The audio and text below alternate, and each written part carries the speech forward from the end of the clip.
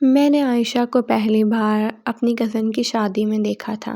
وہ آزاد کشمیر کی رہنے والی تھی اور میری کزن کی یونی فیلو بھی تھی۔ پہلی ہی نظر میں مجھے اس سے محبت ہو گئی۔ میں نے موقع دیکھتے ہی اسے پرپوز کر دیا، لیکن اس نے مجھے کہا کہ وہ شادی سے پہلے کی محبت پر یقین نہیں رکھتی، اور وہ مجھ سے کہنے لگی کہ اگر تو میں آپ کو پسند ہوں تو میرے گھر رشتہ بھیج دیں۔ تو میں نے کزن کی شادی کے فوراً بعد اس کے گھر اپنے ماں باپ کو رشتے کے لیے بھیج دیا، تو اس کے گھر والوں نے ہاں کر دی اور اس طرح ہماری منگنی بھی ہو گئی، اور ہماری شادی 2 سال بعد ہونی تھی کیونکہ عائشہ کی پڑھائی ابھی مکمل نہیں ہوئی تھی۔ عائشہ لاہور کی ایک یونیورسٹی سے ماسٹرز کر رہی تھی اور ہاسٹل میں رہتی تھی، تو میری اس سے فون پر بات ہوتی رہتی تھی۔ میں نے اسے کافی دفعہ بولا کہ میں تم سے ملنے آنا چاہتا ہوں، مگر وہ مجھے صاف انکار کر دیتی تھی۔ مجھے کہتی تھی کہ شادی سے پہلے ملنا جائز نہیں ہے۔ اس کو ایسی باتوں کی وجہ سے مجھے اور بھی پیاری لگنے لگی تھی۔ اسے اپنی اور اپنے گھر والوں کی عزت کا بہت خیال تھا۔ میری چھٹی ختم ہونے پر مجھے فرانس واپس جانا پڑا تھا، تو واپس جانے سے پہلے میں نے عائشہ کو دوبارہ یہ خواہش کی کہ میں فرانس جانے سے پہلے ایک بار تم سے ملنا چاہتا ہوں۔ تو اس نے مجھے کہا کہ ٹھیک ہے، میں ایئرپورٹ پر آپ سے ملنے آ جاؤں گی۔ میں اپنی فلائٹ والے دن ایئرپورٹ پر 4 گھنٹے پہلے ہی پہنچ گیا۔ ایئرپورٹ پر پہنچ کر میں نے اسے کال کی تو اس نے مجھے کہا کہ میں تھوڑی دیر میں آتی ہوں۔ 2 گھنٹے کے مسلسل انتظار کے بعد میں نے اسے کال کی تو اس نے میرا نمبر مصروف کر دیا۔ 1 گھنٹے تک وہ میرا نمبر بار بار مصروف کرتی رہی۔ پھر اس نے کال اٹینڈ کرتے ہی مجھے کہا کہ میں نہیں آ سکتی، آپ چلے جاؤ۔ اس سے پہلے کہ میں کچھ اور کہتا اس نے کال بند کر دی تھی۔ جب میں نے دوبارہ کال کی تو اس کا نمبر بند جانے لگا۔ مجھے کچھ سمجھ نہیں آ رہا تھا کہ آخر وہ ایسا کیوں کر رہی ہے۔ اتنے میں میری فلائٹ کا وقت ہو گیا۔ میں نے اسے بغیر ملے فرانس آ گیا۔ وہاں آ کر میں نے اسے کال کی تو اس کا نمبر پھر سے بند جا رہا تھا۔ میں اس کے گھر کال کرنے ہی والا تھا کہ میرے گھر سے کال آ گئی۔ مجھے میری امی نے بتایا کہ عائشہ کے گھر والے ہمارے گھر آ کر تمہارا رشتہ توڑ گئے ہیں۔ یہ سن کر میرے پاؤں تلے زمین نکل گئی۔ امی نے مزید مجھے بتایا کہ عائشہ کے گھر والے یہ کہہ رہے تھے کہ یہ عائشہ رشتہ ہماری بیٹی کی وجہ سے ختم کیا گیا ہے۔ میں نے امی کی کال بند کی اور عائشہ کے گھر کال کی تو ان کا نمبر بھی بند جا رہا تھا۔ میری لاکھ کوششوں کے باوجود بھی میرا رابطہ عائشہ اور اس کی فیملی سے نہیں ہوا، تو میں نے پھر سے چھٹی لے کر واپس جانے کا فیصلہ کیا اور واپس آ گیا۔ وہاں پہنچتے ہی عائشہ کے گھر آزاد کشمیر چلا گیا۔ وہاں جا کر مجھے عائشہ کے گھر والوں نے بتایا کہ عائشہ لاہور سے واپس گھر آئی تھی، اور تب اس نے کہا کہ اسے تم سے شادی نہیں کرنی۔ ہم نے اس سے وجہ پوچھی تھی، مگر اس نے کہا کہ میں زہر کھا کر مر جاؤں گی، لیکن وہاں شادی نہیں کروں گی، اس لیے ہم نے آپ لوگوں کے ساتھ رشتہ توڑ دیا۔ اس کے بعد وہ 2 دن گھر رہی اور پھر واپس لاہور چلی گئی، مگر پھر ہمیں پتہ چلا کہ وہ لاہور پہنچی ہی نہیں۔ ہم نے اسے بہت ڈھونڈا مگر اس کا کچھ پتہ نہیں ہے۔ میں یہ سب سن کر اور بھی تکلیف میں چلا گیا کہ کیونکہ میرے اندر بہت سارے سوال پیدا ہو چکے تھے، کیونکہ آخر وہ اس دن ایئرپورٹ پر کیوں نہیں آئی، اور پھر اس کی نے اچانک مجھ سے منگنی توڑ دی، اور اب اچانک کہاں غائب ہو گئی ہے۔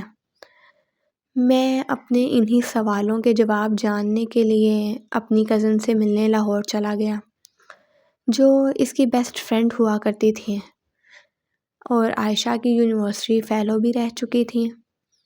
میری کزن نے مجھے بتایا کہ عائشہ یونیورسٹی میں ایک لڑکے سے بہت پیار کرتی ہے، مگر وہ لڑکا عائشہ کے ساتھ مخلص نہیں تھا۔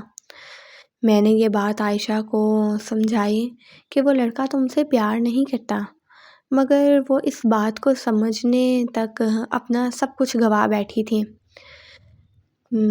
ہونے کا سن کر اس لڑکے نے عائشہ کو چھوڑ دیا۔ عائشہ نے اس کی بہت منتیں کی، مگر اس لڑکے نے اس کی ایک نہ سنی۔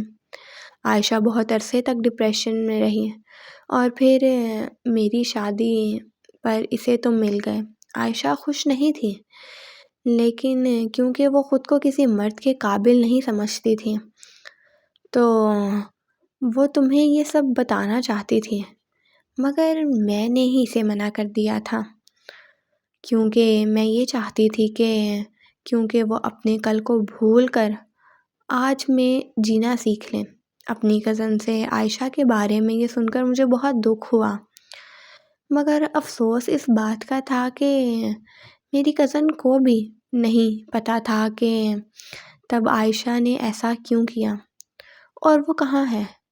میری کزن سے ملاقات کے بعد میرے اندر کی بے چینی اور زیادہ بڑھنے لگی تھی۔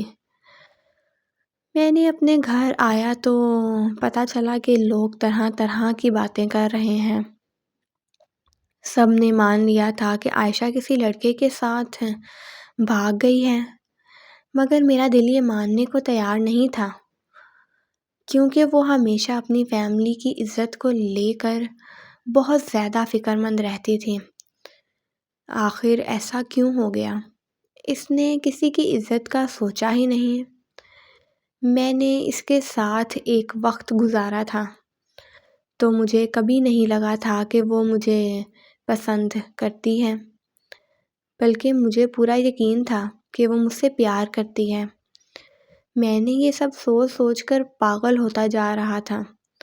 پھر میں نے اپنی کزن کو کال کی اور یہ کہا کہ مجھے اس لڑکے کا ایڈریس یا نمبر چاہیے جس نے عائشہ کو دھوکہ دیا تھا، مگر میری کزن نے فوراً کال کاٹ دی اور پھر میری کزن نے تھوڑی دیر بعد مجھے کال کر کے اپنے گھر بلایا۔ میں اپنی کزن کے گھر لاہور گیا تھا، وہاں عائشہ بھی موجود تھی اور عائشہ کو دیکھ کر میری جان میں جان آ گئی۔ پھر عائشہ میرے پاؤں میں بیٹھ گئی اور مجھے کہنے لگی کہ مجھے معاف کر دو، میں نے تمہارے ساتھ بہت غلط کیا ہے۔ میں نے اسے فوراً چپ کروایا اور تسلی دی اور پھر یہ پوچھا کہ مجھے یہ بتاؤ کہ آخر ہوا کیا ہے، تو وہ کہنے لگی کہ تمہاری کزن نے تمہیں سب بتایا ہوگا۔ میں اس لڑکے سے بہت زیادہ پیار کرتی تھی، لیکن اس لڑکے نے مجھے دھوکہ دے دیا، میرا استعمال کر کے مجھے چھوڑ دیا۔ میں ہر روز اسے یاد کر کے روتی رہتی تھی۔ مجھے لگتا تھا کہ میری زندگی ختم ہو چکی ہے۔ پھر پتہ نہیں تم کہاں سے میری زندگی میں آ گئے، مجھے عزت دی، مجھے بہت زیادہ پیار دیا، مجھے جینا سکھایا اور ہماری منگنی کے بعد میں بھی تم سے ملنا چاہتی تھی، مگر مجھے لگتا تھا کہ اگر میں نے تم سے شادی سے پہلے ملوں گی تو مجھے اس طرح استعمال کر کے چھوڑ دو گے۔ میں مانتی ہوں کہ تمہیں لے کر یہ سوچ میری غلط تھی۔ میرے ساتھ جو ہوا اس کے بعد میرے اندر ایک خوف سا طاری ہو گیا تھا۔ میں تم سے ملنے کے لیے ایئرپورٹ پر آ رہی تھی کہ اچانک اس لڑکے کی کال آ گئی۔ وہ مجھ سے ملنا چاہتا تھا، مگر میں خود کو روک نہیں پائی اور جب میں اس سے ملی تو وہ مجھ سے معافیاں مانگنے لگا۔ میں نے اسے معاف کر دیا اور پھر تم سے منگنی توڑ کر میں نے اس سے شادی کر لی۔ میں گھر سے بھاگنا نہیں چاہتی تھی، مگر مجھے یہ بھی پتہ تھا کہ میرے گھر والے نہیں مانیں گے، کیونکہ لڑکے کا فرقہ اہل تشیع سے تھا، جبکہ ہم اہل سنت جماعت سے تھے۔ عائشہ کی یہ ساری داستان سن کر میرے پاس کہنے کو کچھ نہیں بچا تھا۔ وہاں سے نکلتے وقت عائشہ نے ہاتھ جوڑ کر درخواست کی کہ میں کبھی کسی سے اس سے ہونے والی ملاقات کا ذکر نہیں کروں، اور ساتھ ہی عائشہ سے مل کر مجھے عشق سے اور عائشہ سے بے حد نفرت ہو گئی۔ پھر میں نے 1 مہینے کے اندر گھر والوں کی مرضی سے شادی کر لی اور اپنی بیوی کو لے کر فرانس واپس آ گیا۔ مگر مجھے اندازہ نہیں تھا کہ جس محبت کا میں اختتام کر آیا ہوں اس محبت کا انجام ابھی باقی ہے۔ 3 مہینے بعد میری کزن کی کال آئی اور اس نے کہا کہ عائشہ تم سے بات کرنا چاہتی ہے، تو مگر میں نے اپنی کزن سے یہ کہہ کر کال بند کر دی کہ مجھے اب اس سے کوئی بات نہیں کرنی۔ اگلے دن پھر کزن کی کال آ گئی اور کہنے لگی کہ اس نے کہا ہے کہ میں اس کی